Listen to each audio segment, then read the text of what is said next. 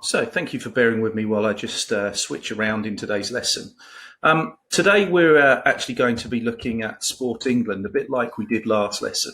And again, the objectives are exactly the same as they were last time round. So, our first objective is to identify the role that Sport England has to play and explain schemes and initiatives that Sport England has put into place for us.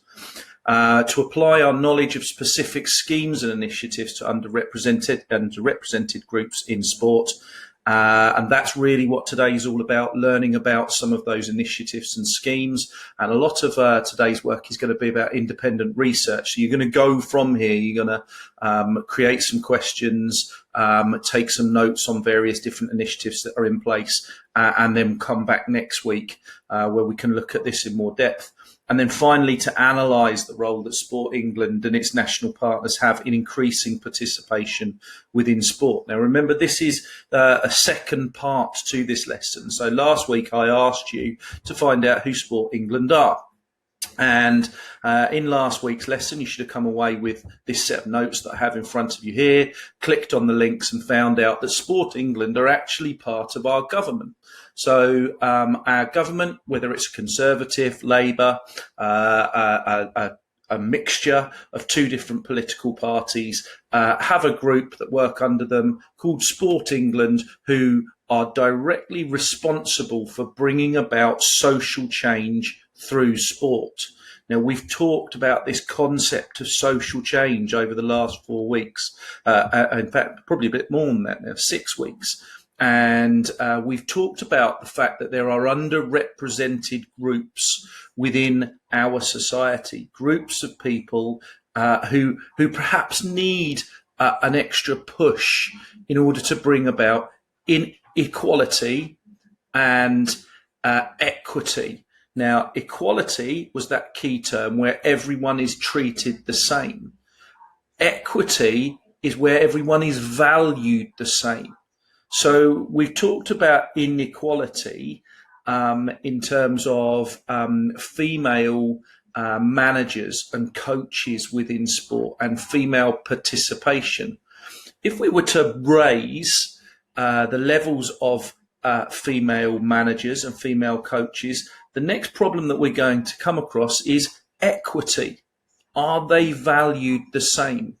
Now, we've talked in previous weeks about big sporting events like Wimbledon, trying to bring about not only equality in terms of opportunity, but equity in terms of prize money. And we've discussed why the Premier League football players perhaps get more than the women's Premier League football players. And you had, as a class, some very strong views on what was going on there. Now, Sport England, the actual government body who is responsible for looking after Sport England and who Sport England have to report to, is the Department for Culture, Media and Sport. That's the DCMS, Department for Culture, Media and Sport. And the government of the time, so for example, Boris Johnson's government at this time, will be talking directly to the Department for Culture, Media and Sport, who will send down initiatives or ideas that Sport England are expected to roll out across the whole of the UK. And there was a Sport Scotland and there's a Sport Wales body to this as well. But Sport England in particular has to deal with what goes on here in England. Sport England is about grassroots sport. Sport England is not so much about elite level performers. So what is grassroots? Grassroots is about participation for all.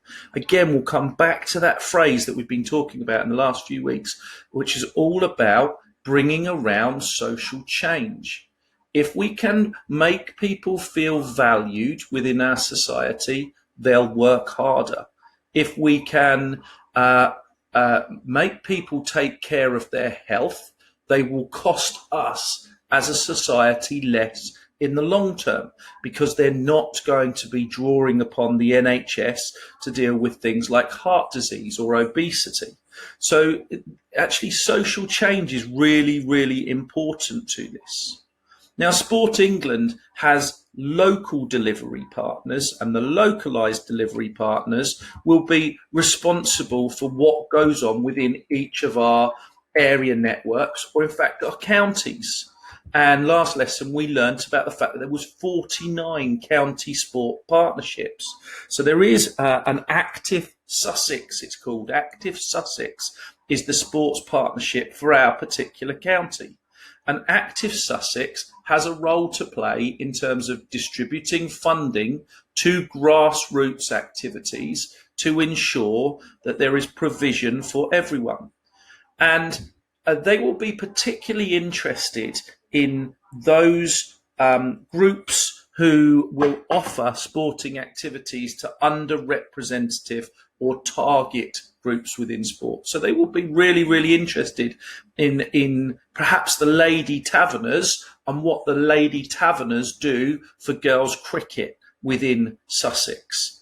They will be really, really interested in sporting equal opportunities and how we can develop sport in ethnic minorities. So, for example, Crawley would be a big target area for Active Sussex, because Crawley has quite a big migrant population, people who have come into this country from elsewhere.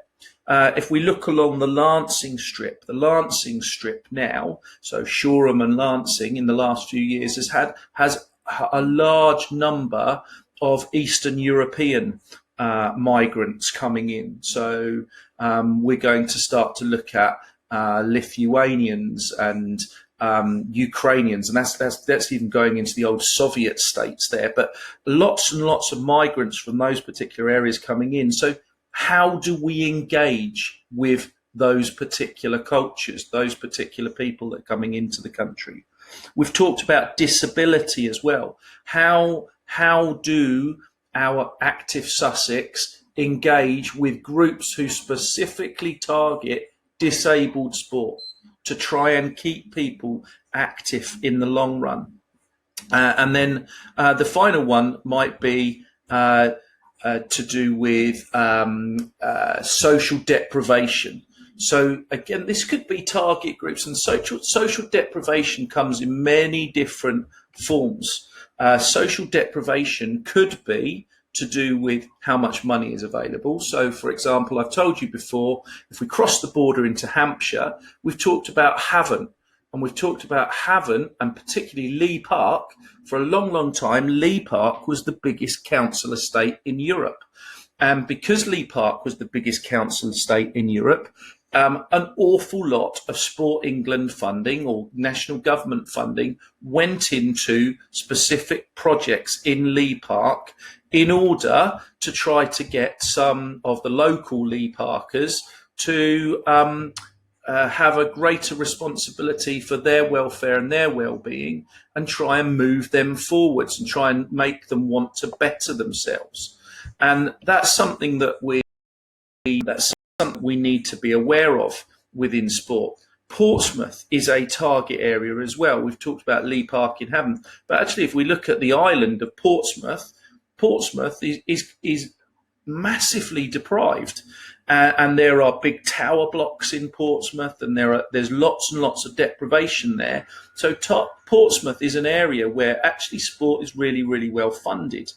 I can give you an example from a gymnastics point of view. My children have all grown up as gymnasts, and as such, we have had almost a second mortgage go out on gymnastic bills when we've been with clubs in Sussex. So, for example, if you were to go to perhaps Chichester Gymnastics Club just down the road here, you are, as a recreational gymnast, paying something between £8 to £12 an hour to go along to that particular club. If you're a squad gymnast, I would imagine your monthly bill, and this is me imagining because I don't know what the monthly bills are at the moment, would be somewhere between about, I would say, £150 a month for someone who's perhaps doing 6 to 8 hours, to maybe 250 for someone who's doing closer to 12 to 20 hours a month per gymnast. Now, if I take that into Portsmouth, Portsmouth City Council receives money from Sport England, receives money from central government in order to fund sport. Portsmouth City Council help fund the various different sporting clubs that are there. And I can tell you the monthly bill for a gymnast doing about 20 hours a week of gymnastics in Portsmouth is about £50. It's approximately £1 per hour or less, depending on the hours that take part. They do exactly the same thing with their tennis, with the tennis academies over there. They do exactly the same thing with football clubs. So sport is actually cheaper in these areas because the government pumps in money. We have a welfare society within this country, and that's really, really important to remember. I think we're very, very quick within our society to knock it down, but we have a system which is really second to none. Were we to live in the United States, we would all have to have private health insurance, and we'd be paying out for that. Here in the UK, we have a system called the NHS, the National Health Service, and that's paid for by our taxes, and it's free. So anyone can get advice from the doctor, or in fact make an appointment to deal with any injury that happens, and that's all provided for us for free. In terms of our education, up until the age of 18, our education is free, and everyone is expected to be in education, or in fact training, from 16 to 18 if you're choosing not to stay at school. Anyone beyond the age of 67 is entitled to a pension. I say 67, it would have been 65, it could have been 60, but the numbers are constantly changing. And so everyone is entitled to a government pension. If we are of working age, and perhaps times have become hard, as they are now, our government has funded a furlough scheme, and some of your parents might be affected by this, or some of your family might be affected by this. So the government is effectively paying 80% of your family wages, and that's really important to recognise. If you're out of work, and you're out of work for a significant period of time, you are entitled to apply for a job seekers allowance. And the job seekers allowance is there to support us. So actually what we have in this social welfare society is a brilliant, brilliant provision. Now, people will say this has been eaten away over the years, and undoubtedly there has been change to it. But the key to society is the way that we adapt and the way in which we move forwards.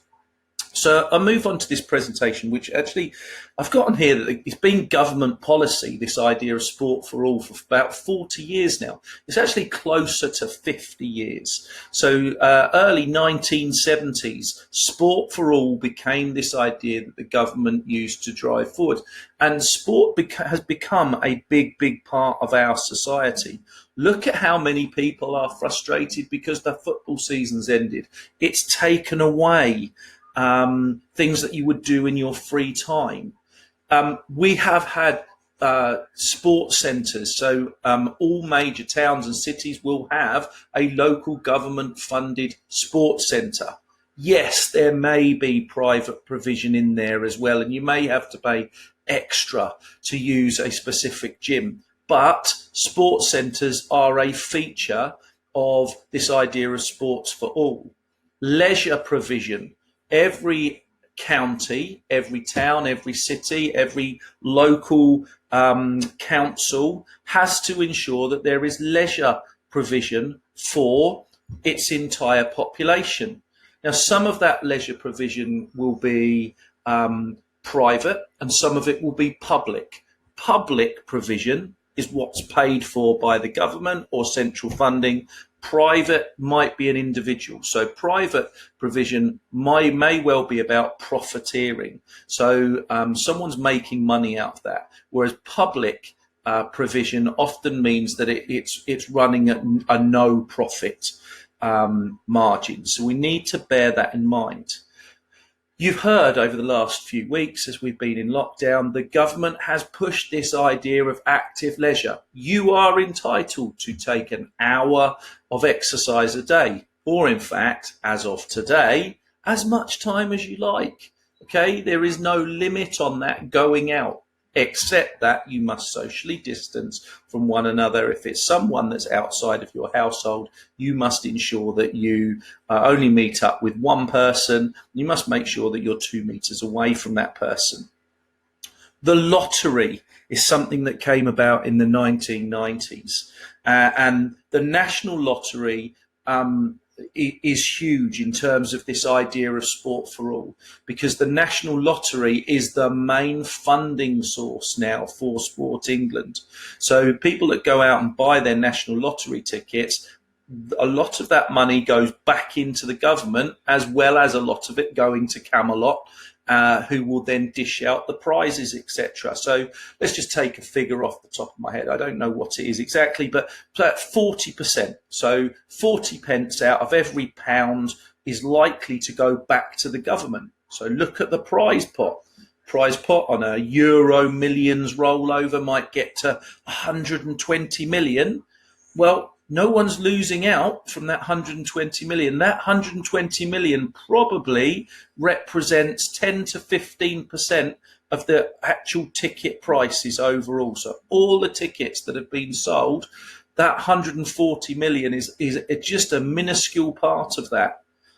25 to 30% of that ticket price is going straight to Camelot, and whoever the owners are of Camelot, whether they're shareholders or whether they're actual private owners of Camelot, they'll be receiving that funding, and that 40% is going to the government. And the government is then saying, right, let's invest some of this in sport. Let's invest some of this to make social change happen.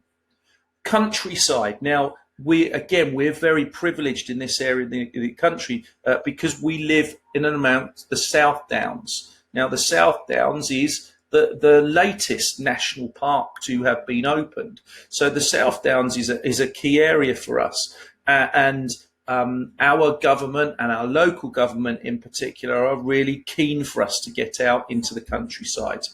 And then the final area of sport for all that we really can't forget about is this idea of the base of the population pyramid, that massive base.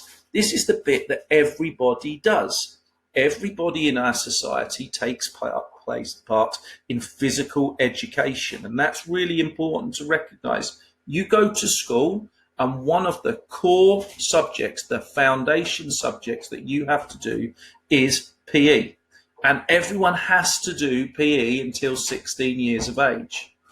The key now for the government and the key for Sport England and education providers and beyond is, what do we do from youngsters from 14 years of age to 24? And the reason that I say 14 and not 16, 14 is where some schools decide at Key Stage 4, we're going to drop some PE. So there was, under the Labour governments of the late 1990s, early 2000s, there was a system in place whereby we would push for a minimum of 2 hours of sport in curriculum time a week. That's slowly been eroded away. And certainly in my time here in Bishop Loughborough, and remember I've been here now for about 11 years, I've seen that in Key Stage 4 go from 2 hours a week to 3 hours over 2 weeks. So it's an entitlement that we've got to keep an eye on, and that's really, really important for us to recognise. So Sport England work for the Department for Media, Culture and Sport. Culture, Media and Sport, DCMS. And the DCMS will take surveys, often called Active England surveys, but in this particular example I'm giving you is a taking part survey. Now, this one you can see is really old, but 2006, so 14 years ago, 69% of our population reported that they took part in active sport. That's great. That's great. However, trends that came out of that data, and all of this is feeding into Sport England all the time, rural participation is more likely than urban. So what does that tell us? What does that tell Sport England? it tells Sport England we have to look at what goes on in our major conurbations. If you live in central London, why are you not really taking part in sport? What are the things that are pulling you away? Here we go. Here's a very popular one, the North-South divide. Southern England, where the majority of our population live, and in fact, if we're looking at social class, the upper middle class, we would say, tend to congregate in the south. And in the northern areas, the northern's been seen very much over the years as the working class in the north. The south is more active than the north. So do we, in fact, also need to bear in mind that funding and opportunities need to be moved away from the south towards the north, or we just create more opportunities up there? And you're now seeing Manchester being put forward as the hub for the north. So you've seen the BBC move all of its studios from London up to Manchester to try to make that an area that perhaps has greater wealth and an area that gets more people involved. The Taking Part survey in 2006 said that the three most popular sports in England at the time were swimming, jogging and football. So those were the three most popular sports. Now you're going to get all sorts of things thrown at you as we go through these presentations over the next few weeks. But various different sports like to say, we're the fastest growing sport in the UK. So free running will tell you it's the fastest growing sport in the UK. American football will tell you it's the most popular sport, new sport coming into the UK over the last 5 years. And we just need to be careful of some of those facts and some of those figures and actually check them out against some of the surveys that take place. Sport England surveys, they run the Active People survey every year. And this particular Sport England survey said that 21% of people participate in sport or active recreation. Hang on a minute. Wait, 21%? Didn't that one by the DCMS tell us that it was 69%? And yet we're saying 21%. Why is there that difference? Well, the difference is the Department for Media, for Culture, Media and Sport may be saying, okay, are you taking part in sport on a regular basis?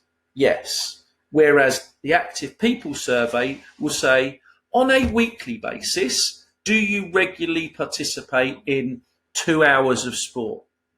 Now, there's a big difference there, isn't there, between those two different numbers. So the Sport England actually tries to go into more depth where possible. So they're saying that 21% participate in sport on an active level on a regular basis. In the southeast, look, the southeast, it's not just the south, but it's down our particular county, Hampshire, Sussex, Kent, Surrey, London. The southeast is the most active area in the UK with 23%. The West Midlands is the least active. Now, West Midlands, if you're not aware, so that's Birmingham, okay? Places like Birmingham, and traditionally it's called the Black Country up there, which is the counties, Warwickshire and Worcestershire, and areas around there are the least active, with only 19% of the population taking part on a regular basis. Why is that? It could be to do with the population there. If we look particularly at the West Midlands area, during the 1970s, there was a large influx of Asian migrants came into the country. So if you look at Birmingham and you look at Leicester in particular, those particular big cities have huge Asian populations. Do the Asians in their culture have this same reference and affinity towards sport and how important sport is as perhaps the white British population who are down here in the southeast do? That's important to take into account. 8.8% of those with illness or disability are active. That's really low, isn't it? The average is 21%, but only 8.8% with disability. 18.6% from ethnic minorities are active, against 21%. 16.3% from a lower socioeconomic group are active. 23.7% of males are active compared to 18.3% of female. Now, straight away, things that should be jumping off the page to you here is the fact that we've talked about disability, ethnic minorities, socioeconomic groups, and gender. Those four categories, look, those are where the figures come from for why we have to find out about Sport England.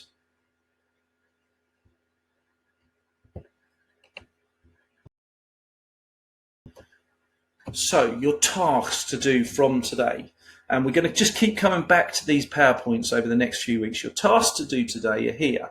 So the first thing that I'd like you to do is I'd like you to go onto your Frog page, and I'd like you to download this particular PDF from your Frog page. My computer, it's probably gone to sleep while we've been going through the presentation thus far.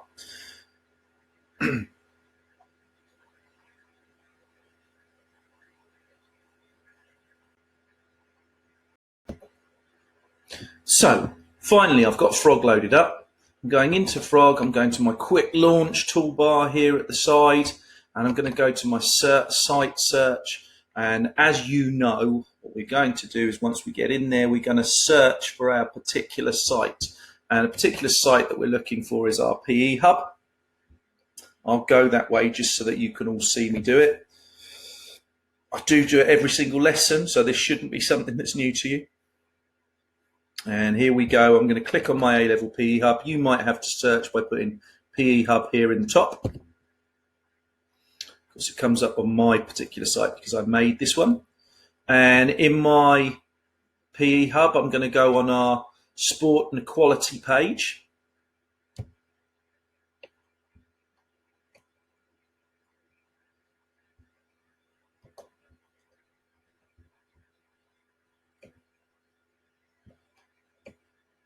Jumpy today.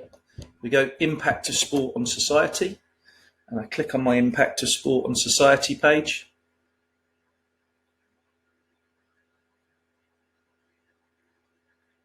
Now, the piece of information that I'm looking for today is I'm going to be wanting to look at the national partners of Sport England. I've got to know about those national partners of Sport England. And there are 8 national partners that I need to be aware of. So all I'm doing is I'm just scrolling down my screen to the bottom here, and I'm actually going to open this poster here. It's called Sport England and its partners. Now, as I load this particular poster, it's a 2-page spread. Well, I actually said there's 8, but there's 10 partners that we need to be aware of. So that's actually changed in the specification this year. So the partners of Sports England, these are all groups that are specifically linked and work with Sport England on a regular basis, are the Child Protection in Sport Unit, the Cricket Foundation, the Football Foundation, Activity Alliance, Sporting Equals, the Sport and Recreation Alliance, Street Games, and Women in Sport.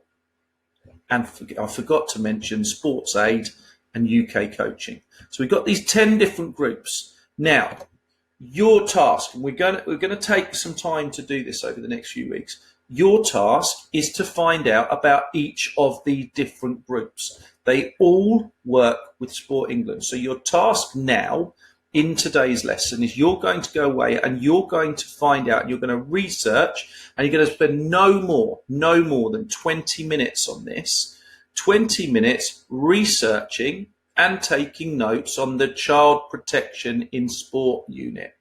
I want to know who these people are and what they do. And forget the fact that I've already put it on the screen for you, a rough summary. I want you to know in depth. How do they link to Sport England? So that's going to be the task that you're going to do. Just bear with me a moment while I switch screens and I come back to you, and we've got any questions and answers that you have at this